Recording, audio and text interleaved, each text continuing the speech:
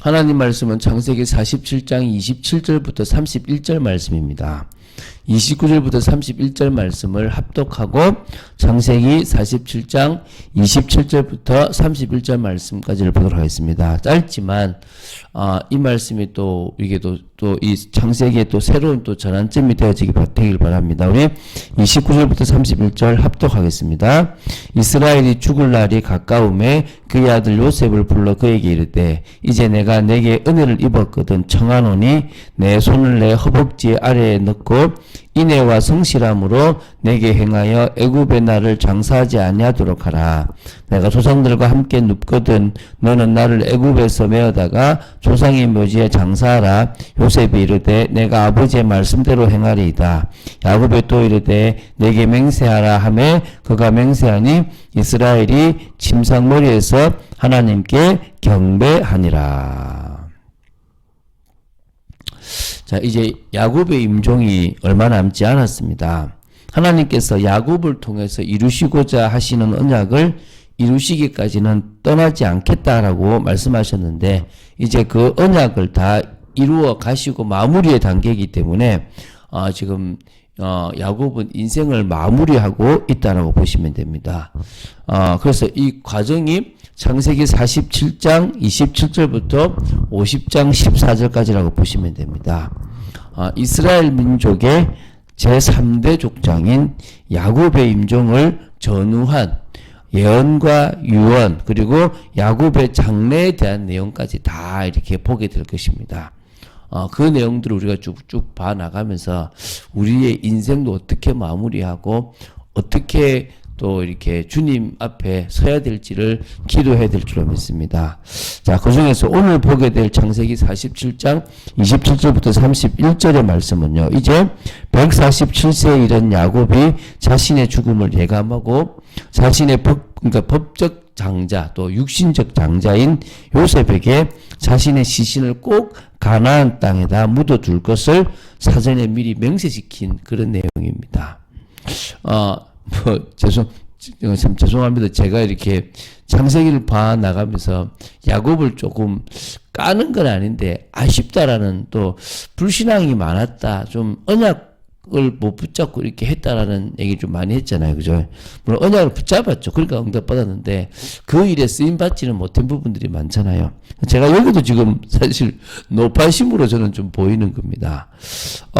그러니까 제가 볼 때는 이렇게 하지 않아도 아들 요셉은 아버지 야곱을 조상의 묘지가 있는 가나안 땅에 장사할 거라고 저는 믿습니다. 왜냐하면 자신의 해골까지 가지고 가라고 할 정도인데 그 부분에 대해서 굳이 그렇게 하지 않거든요.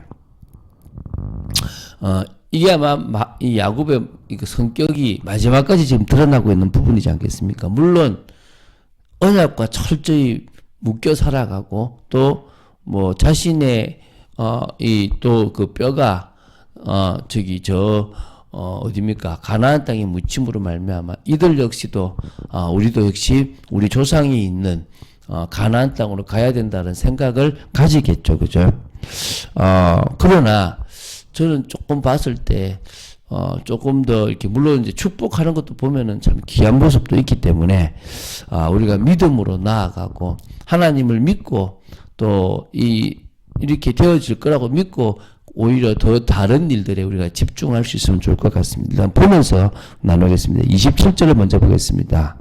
자, 하나님은 신실하십니다. 그래서 약속대로 이스라엘 족속이 애굽의 고센 땅에서 생업을 얻어 생육하고 번성할 수 있었습니다. 그렇게 지금 그 이야기입니다.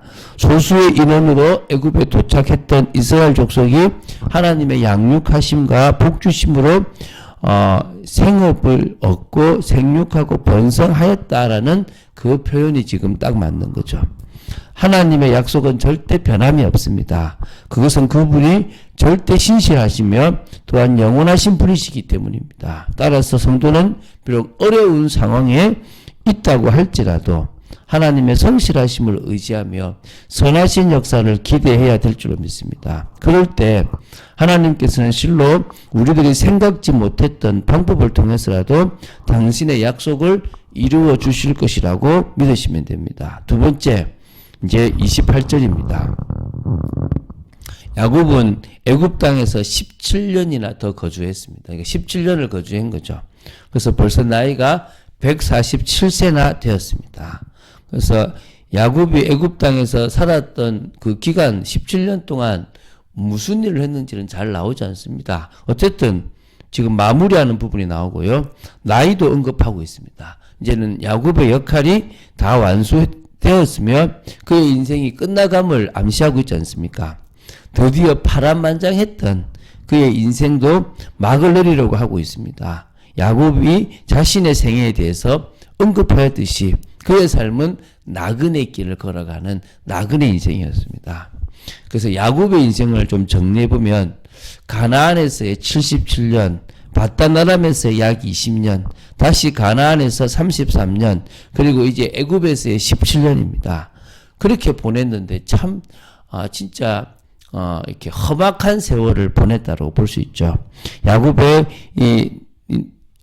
야곱은 애굽의 이 나그네로 자신의 삶을 끝내려고 하고 있다고 보시면 됩니다. 야곱은 무언가를 소유하려고 끊임없이 달려왔고 또한 그 길에서 수많은 과오를 범하기도 했지만 그 역시 그 열조가 갔던 길을 갈 수밖에 없었고 오히려 한 명의 나그네로서 타지에서 삶을 마감하는 이 순간에 이제 직면에 있었던 것입니다. 그래서 야곱의 생애를 통해서 우리는 영원한 본향인 천국에 이르기까지 우리가 나그네 인생임을 깨닫고 정말 주님이 원하시는 일에 집중하고 언약을 성취하는 일로 나아가야 될 줄로 믿습니다. 자, 이제 29절부터 31절을 마무리하겠습니다. 야곱 스스로도 이제 죽을 날이 가까웠다는 것을 알았습니다. 저는 계속 이야기하지만 꼭 이렇게 되고 싶습니다. 그러니까 이제 내가 죽을 때가 됐구나. 주님께서 나를 불러가시겠구나. 뭐 어떤 식으로 불러가실지는 모르지만 어쨌든 제가 해야 될 사명을 다 감당하면 이제 주님의 품으로 가겠구나라는 생각이 들 것 같습니다. 그때는 기쁜 마음으로 갈 수 있을 거라 생각이 듭니다. 그래서 더더욱 올바른 길을 끝까지 하나님의 언약 가운데서 하나님의 은혜 가운데서 걸어갈 수 있게 되기 바랍니다. 야곱은 나름 마무리를 지금 하고 있습니다. 바로 아들 요셉을 불러서 유언과 같은 권면을 하고 있습니다. 그것도 간절하게 하는 것이죠. 자, 보십시오.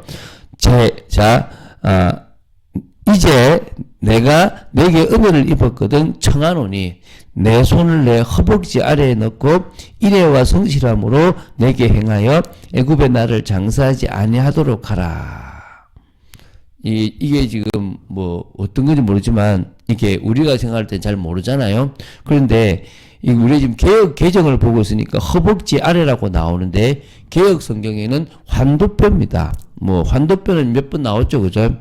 허리 아래 골반과 대퇴골 사이에 있는 뼈입니다. 고대 근동에서 이 뼈는 남자의 성기와 관련되어 있는 뼈이고요. 생명의 원천을 나타내는 것으로 여겨졌습니다. 그러므로 여기에 손을 넣고 맹세하는 것은 그 맹세의 효력이 후손에게까지 미치는 그런 가장 강력한 맹세로 받아들이고 있습니다. 그래서 아브라함이 그 자기 종에게 하게 했고 또 지금 야곱도 하고 있는 것입니다.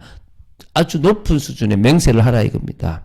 다시 말해 야곱은 정말 간절하게 아들에게 맹세까지 할 정도로 자신의 유언과 같은 부탁을 지금 들어달라는 것입니다. 내가 조상들과 함께 눕거든 너는 나를 애굽에서 메어다가 조상의 묘지에 장사하라. 그게 뭡니까? 맹세까지 시킨 겁니다. 요셉은 당연히 할 것입니다. 왜? 이게 언약과 관련 있고 이것을 하고 돌아가야만 가나안 땅이 우리 땅이 될 거라는 창세기 15장의 언약을 붙잡았지 않습니까? 자, 우리는 복음을 알고 언약과 통하는 순간부터 주님 앞으로 갈 그때까지 정말 언약과 관련된 인생을 살아가야 될 줄로 믿습니다. 목사님 이것저것 다 인생이 많은데 뭐 그것만 하라고 그럽니까? 그것만 하라는 건 아닙니다. 뭐 밥도 먹고 또 당연히 영화도 보고 또 뭐 여러분 돈 있으면 집도 사세요. 또 그 외에 다른 것도 하셔도 돼요. 근데 다 하는데 언약과 상관없으면 아무 소용없습니다. 또 우리가 하려고 하는 게 언약에 반대가 되면 그것도 문제가 되겠죠. 가장 중요한 것은 언약이고 그 언약과 통하는 인생 속에서 필요하거나 뭐 아무 일 없으면 하시면 돼요. 그게 중요하다는 겁니다. 쉽게 말하면. 우리가 언약에 매인 인생을 살려고 한다면 하나님께서 분명히 그렇게 역사하시고 우리 삶에 또 우리가 즐길 수 있는 세상적인 것도 즐기게 하실 줄로 믿습니다. 중요한 것은 왜 언약이냐? 언약이 뭐가 중요하냐? 그 언약 속에 하나님의 마음이 담겨 있습니다. 그 언약 속에 하나님께서 하시려고 하는 게 담겨 있다니까요. 이게 중요한 열쇠라는 거예요. 하나님께서 한 사람에게 자기 인생의 중요한 결혼까지, 자기 인생의 중요한 자식까지 당신이 하시고자 하는 말씀을 증거하려고 지금 하고 계시는 거예요. 이 호세아가 어떤 겁니까? 음란한 여자를 아내로 맞이하여 음란한 자식을 낳으라는 거예요. 그래서 내 마음을 이스라엘에 전해달라 이거예요. 그 마음을 알았던 호세아의 인생이 바뀌었잖아요. 그 마음을 알게 된 많은 믿음의 사람들이 호세아를 통해서, 호세아서를 통해서 하나님의 사랑을 알게 되는 거 아니겠습니까? 우리가 한참 오래됐는데요. 이지선이라는 사람, 지금은 교수님이 됐던데 참 밝고 예쁜 그 한 여인이 어떤 일이 벌어졌습니까? 교통사고로 화상을 입어서 거의 괴물이 되었습니다. 그런데 그가 그 고통 가운데서 하나님의 사랑을 깨닫고 정말 많은 사람에게 하나님의 사랑을 전하고 지금은 교수님까지 되어 있는 것 같더라고요. 뭘 말합니까?